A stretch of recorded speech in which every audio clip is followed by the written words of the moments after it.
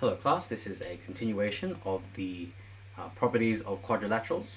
So let's just do these quick 6 examples that applies this principle of the angle sum of quadrilaterals, as well as the properties that we found to define quadrilaterals. Now I'd like you to pay close attention to these angle properties that I've shown here. Okay, so now with that in mind, let's get to solving these problems. So for this, we just need to figure out what the missing angle is in each quadrilateral. You can pause the video and give this a go yourself at any time. Alright, so here we go. So first, just as a bit of understanding, what type of quadrilateral is this? Well, this is one pair of parallel sides. So this is a trapezium, but more importantly, it has 2 right angles. So this is a right trapezium. That's just a little bit extra. But now let's figure out exactly what this missing angle is. So we know that A plus all the other angles, so 90, 90, and 110. So 90 plus 90 plus 110. This has to add up to 360 degrees. And once again, we say that this is the angle sum of quadrilaterals.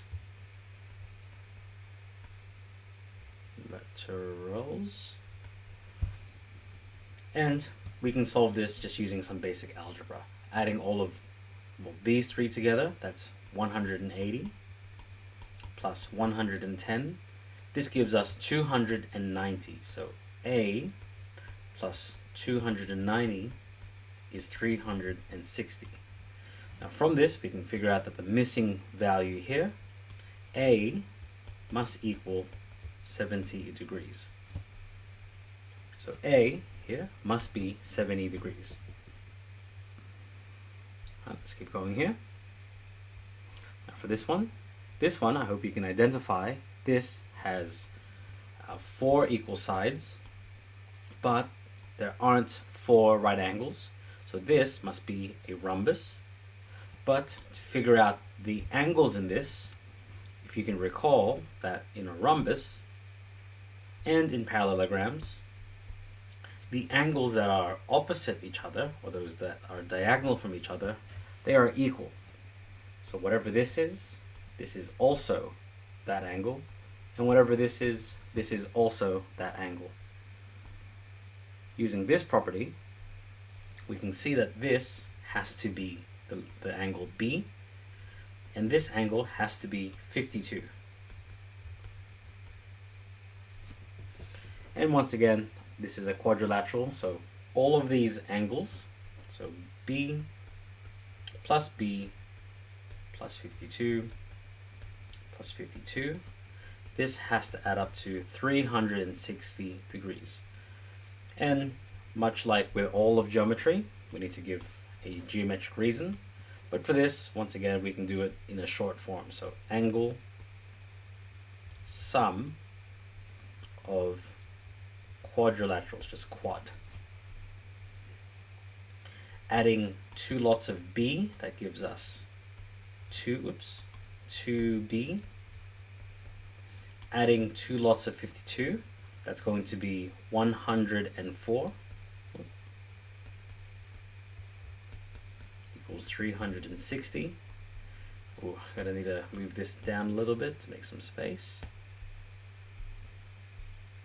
We're going to subtract both sides by 104, so minusing 104 from both. This gives us 2B on its own. Subtracting 4 from 60 is 54. So 354 minus 100 is 254.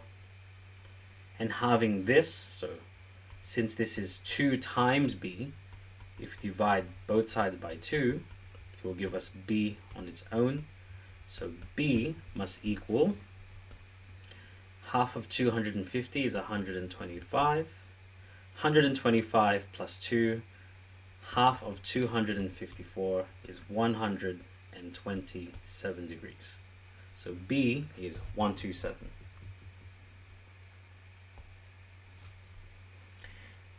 Okay, so I hope you can identify first what type of quadrilateral this is. I hope you can see that this is no special quadrilateral. This is just an irregular quadrilateral. And because of this, we can just add all the angles. So C plus 32 plus 75 plus 23.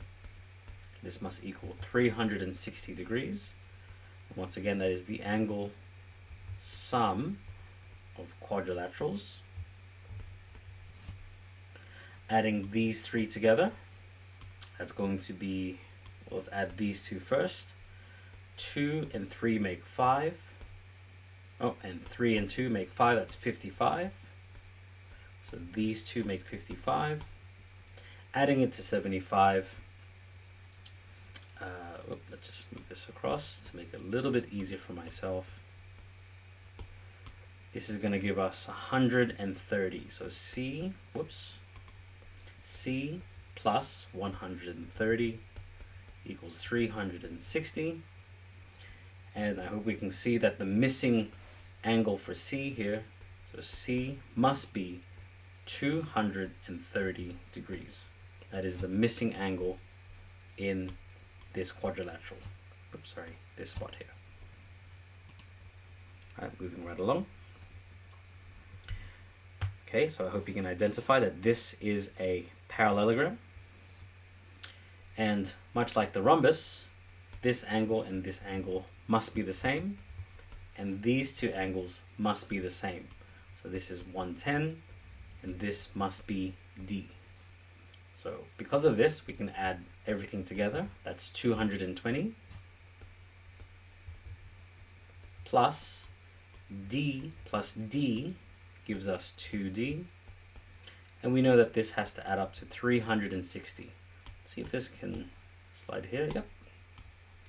That is going to be the angle sum of quadrilaterals.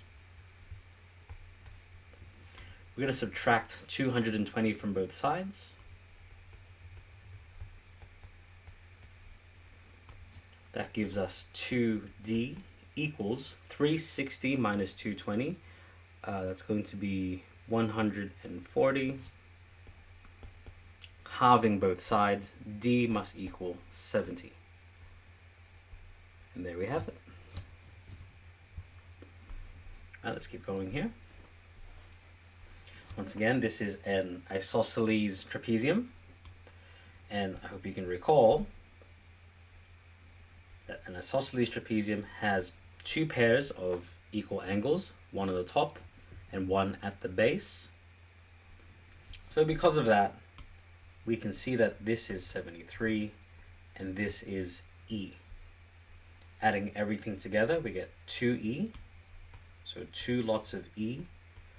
73 plus 73 is 146. And because this is a quadrilateral, it must add up to 360. So angle sum of quadrilaterals, subtracting 146 from both sides. Oops. We get 2E equals, subtracting 46 from 60, that gives us 14. 300 minus 100 is 214. Halving both sides, it's going to give us 107 degrees. All right, last one. Hope again you can identify first what type of quadrilateral this is. And I hope you can see that this is a diamond or a kite. And again, with the diamond or kite, hope you can remember that these two angles must be the same.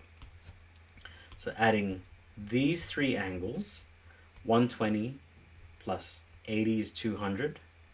So 200 plus 120 up top here, that gives us 320. So f plus 320 must equal 360 degrees.